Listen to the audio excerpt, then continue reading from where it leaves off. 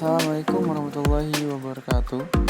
Kami dari kelompok 6 yang beranggotakan Ahmad Abrod, Ahmad Nur Iman, Adelia Putri Setiawan, Dwi Amelia Sarasti, Muhammad Tigor Juliandri, dan Nurjana akan mempresentasikan tentang masyarakat sipil, yakni partisipasi politik dan gerakan sosial. Berikut penjelasannya. Partisipasi masyarakat dan masyarakat madani. Masyarakat madani hanya bisa lahir dari sebuah komunitas yang mampu berpartisipasi secara aktif dalam proses pembangunan. Menurut pandangan Edzoni 1967, partisipasi berkaitan dengan proses pembebasan manusia, sedangkan proses pembebasan hanya bisa direalisasi oleh manusia bebas.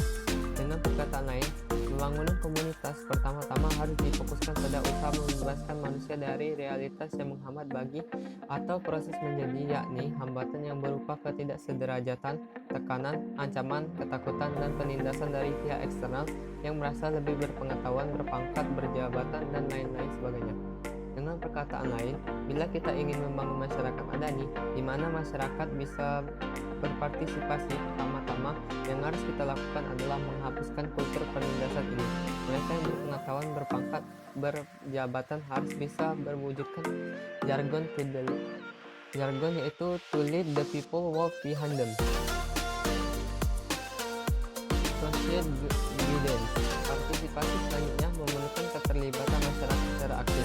Pertanyaannya adalah aktif untuk tujuan apa? Dalam konteks pemberdayaan, jawaban ini tidak boleh ditentukan secara sepihak oleh pihak eksternal atau yang berpengetahuan, berpangkat, berjabatan tadi.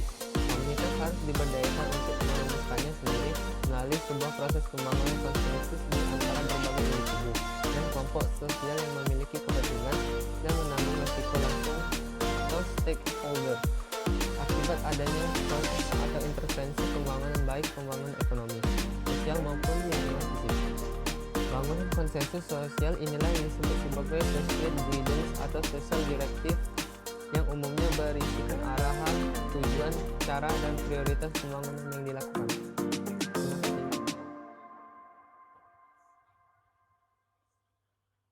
Peran masyarakat sipil dalam proses demokratisasi. Hubungan negara masyarakat sipil di Indonesia sangat dipengaruhi oleh konteks lokal, yaitu budaya, masyarakat, dan budaya politik. Karakter organisasi masyarakat sipil yaitu SDM dan manajemen, finansial, modal gerakan, dan juga jaringan, dan dinamika ekonomi politik lokal dan nasional. LSM ini kemudian menjadi patron yang secara tidak langsung bagi pertumbuhan LSM baru, di mana kemampuan dalam manajemen organisasi, pengelolaan pendanaan, dan kapasitas jaringan dengan lembaga-lembaga di tingkat nasional maupun internasional yang dimiliki dapat menjadi sebuah pendorong pertumbuhan organisasi masyarakat sipil yang sehat di tingkat lokal. Baiklah, yang selanjutnya adalah mengenai partisipasi civil society dalam pembentukan undang-undang. Partisipasi atau keikutsertaan civil society dalam pembentukan undang-undang merupakan cara untuk mengimbangi dan kemampuan mengontrol kebijakan negara atau policy state. Dalam hal ini, pembentukan undang-undang harus dilakukan secara transparan, partisipasif, dan akuntabel sehingga masyarakat dapat mengawasi dan sekaligus memberikan masukan kepada pembentuk undang-undang atau DPR. Dengan adanya landasan hukum terkait partisipasi civil society dalam pembentukan undang-undang, niscaya DPR sebagai lembaga pembentuk undang-undang dapat menghasilkan undang-undang yang responsif, aspiratif, dan akomodatif. Sedangkan menurut Jazim Hamidi, ada beberapa konsep partisipasi yang perlu dijadikan acuan oleh pemerintah, yaitu yang pertama adalah partisipasi sebagai kewajiban. Konsep ini memandang partisipasi sebagai prosedur konsultasi para pembuat kebijakan kepada masyarakat sebagai subjek peraturan daerah. Yang kedua yaitu partisipasi sebagai strategi. Konsep ini melihat partisipasi sebagai salah satu strategi mendapatkan dukungan masyarakat demi kredibilitas kebijakan yang dikeluarkan oleh pemerintah. Yang ketiga yaitu adalah partisipasi sebagai alat komunikasi. Konsep ini melihat partisipasi sebagai alat komunikasi bagi pemerintahan sebagai pelayan rakyat untuk mengetahui keinginan rakyat. Yang terakhir yaitu adalah partisipasi sebagai alat penyesuaian sengketa toleransi atas ketidakpercayaan dan kerancuan terhadap masyarakat. Komponen dalam masyarakat sipil adalah individu, organisasi sipil yang mandiri bebas dari kooptasi, hegemoni, dan korporatisme. Masyarakat, kampus atau akademis, intelektual, organik, dan kelompok-kelompok diskusi.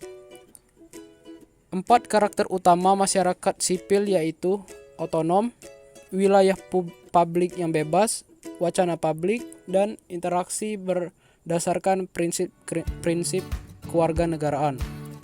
Gerakan sosial adalah sebuah inisiatif yang berkelanjutan yang bergerak pada tataran perubahan kebijakan khususnya dalam aspek pemenuhan hak-hak dasar, perdamaian dan resolusi konflik, tata kelola pemerintahan, pengelolaan sumber daya alam dan kebencanaan, dan keterbukaan informasi.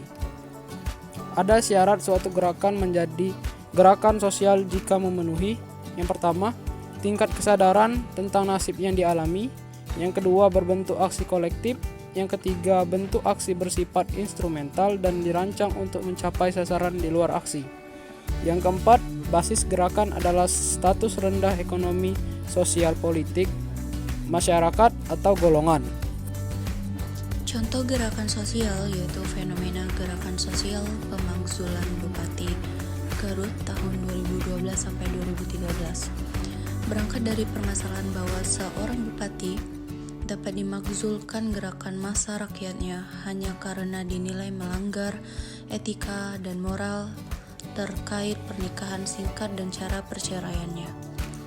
Sementara terpilihnya bupati tersebut melalui pemilu demokratis dengan perolehan suara signifikan dari jalur perseorangan dan mengalahkan koalisi parpol besar, dan kurang dari 15 bulan sejak dimakzulkan, yang bersangkutan kembali memenangkan pemilu dan menjadi anggota DPD. Melalui tekanan massa dalam konteks gerakan sosial, akhirnya DPRD secara resmi mencopot bupati dari jabatannya.